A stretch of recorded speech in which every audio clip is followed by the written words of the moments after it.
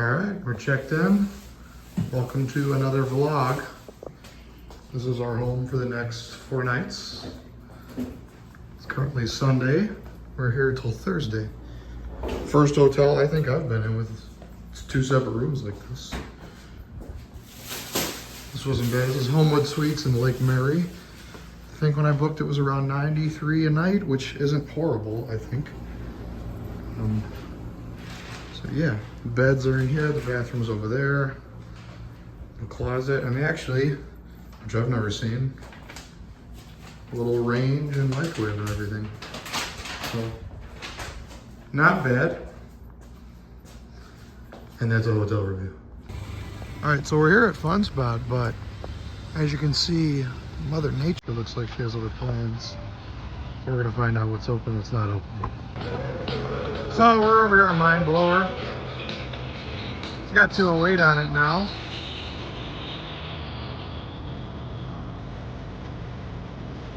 And 208 right there. Temporarily down, sadly. But nevertheless, we got our season passes. We can come back whenever.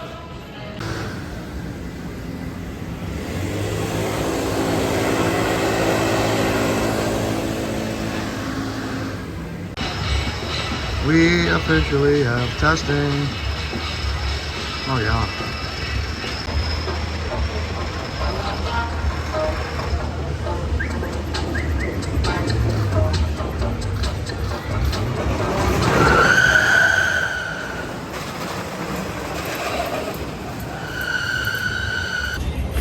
All right, we just got off 3 rides back to back on Mind Blower. We did row 2, row 6, and then row 4. I think Colin and I both agree row 4 was pretty bad, so don't sit in the middle. The bad thing about this is that it is rough. And I'd say you do feel the transitions on the 208, especially on this one. When we rode Timber Terror and Tremors and Silverwood, I didn't feel it as much. But yeah, the transitions are very noticeable here, and the roughness is very noticeable on all the valleys. So it's sad to say, but this is probably the worst gravity group. So 3 rides. Probably a 4.5 out of 10 for me, I think. But yeah, I don't know. Onward and upward.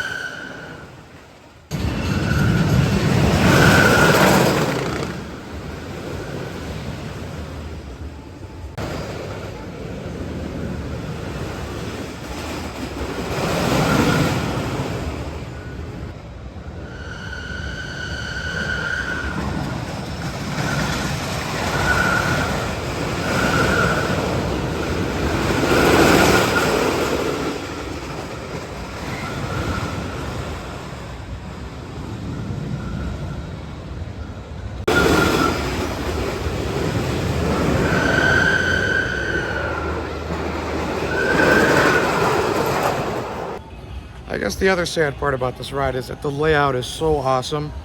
It's sort of similar, I guess, in comparison to the Boss at St. Louis, because that ride runs very aggressive as well. I think not as aggressive as this. This is probably, I say quote unquote, the roughest roller coaster I've been on in the modern wooden era. I would say excluding some of the old, because I've ridden some of the old Dins as well. I think Main Street was pretty bad when I rode it. But of the modern wooden, because this is from 2017 only, so I don't know what they did, but in the sections where the 208 is, it's smooth for sure, but it's only, the relief is only temporary, and it's sort of like a beat down, I guess, because there's a lot of airtime on this thing, and it's very strong ejector airtime, but it's overshadowed by the fact that every time you get an airtime hill comes after that, you're getting slammed down into the valley and just rattled to the core. So yeah, I don't really know what to think of this thing. Would I ride it again? No, probably not. But that's a new credit, and that is all it is. Definitely rattles the brain up if you're not ready for it. So let's head out and we'll go ride the GCA. What's up? And here's Colin's review of Mind Blower. Big oof. Big oof. park number dos of the day. We're hoping White Lightning is a little bit more comforting than Mind Eraser or Mind Blower, whatever it is. Let's find out. Fun Spot Orlando, here we are. As of right now, I don't know what this model is called, but I gotta look it up on LogRide. I'll put it right here on the screen. Let's do White Lightning, wherever it's at. Back here, maybe. We are walking there now. Yeah, here we go. Wait a minute, Mountain Dew. No. Is this all just a sham to advertise Mountain Dew? Anyway, here we go. So they're recycling White Lightning empty a couple times, so we're gonna do Freedom Flyer real quick. I just learned it was a Vekoma. I'm pretty sure I thought it was an S&S, but I was incorrect. So we're gonna do this Vekoma Suspended Family, and then maybe come back and hit White Lightning. Here we go.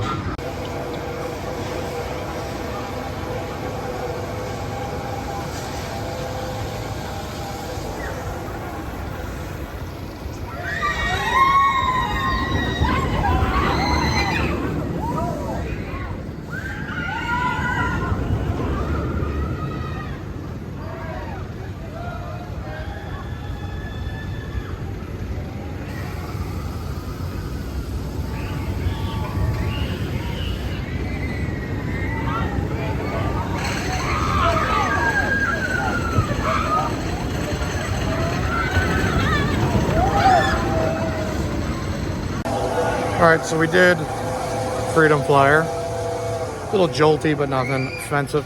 Definitely not Mind Blower jolty. We had a little trouble with the whole wristband card situation because they give you a card when you buy a season pass, but the card doesn't get you on the rides. The card gets you a wristband at the parks, so you still have to go get a wristband, which is very confusing, but the great people here at Orlando explained it to us. So now we're gonna go get some rides on White Lightning, and I'll be back shortly.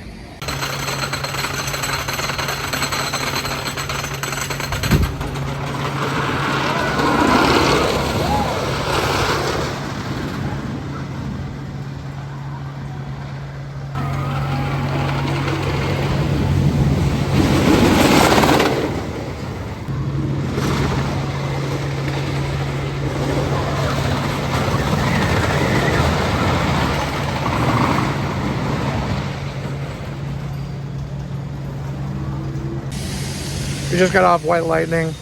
Only did one ride because we're a little tired and the whole wristband situation kind of wore us out, but I mean driving too. That was outstanding. I didn't feel where the Titan track was. Butter smooth, and it's running like it's brand new. So, I mean, whoever built this one should have built Mind Blower, but Mind Blower was not that impressive. Great layout. If Mind Blower was running how this was running, that would be the better Orlando Fun Spot coaster, but I have to give it to White Lightning, as big of a Gravity Group fanboy as I am, but sorry. And that is going to do it for our Fun Spot Park Hop Day. Which turned out to be a little bit more complicated because of the whole wristband thing, but anyway, we are done, and the next vlog should be Islands of Adventure or SeaWorld, depending on what we do. Either way, thanks for watching. Yeah, who would have thought out of a GCI, Vekoma, and a Gravity Group that GCI would end up being the best coaster we rode today. Like I said, as big of a Gravity Group fanboy as I am, that was just not a well-built ride at all. If it was running just as good as White Lightning was, that would be the best Fun Spot coaster, I think. Until we ride Area Force 1 later in this trip, I assume. But either way, thanks for watching. Catch you guys in the next vlog.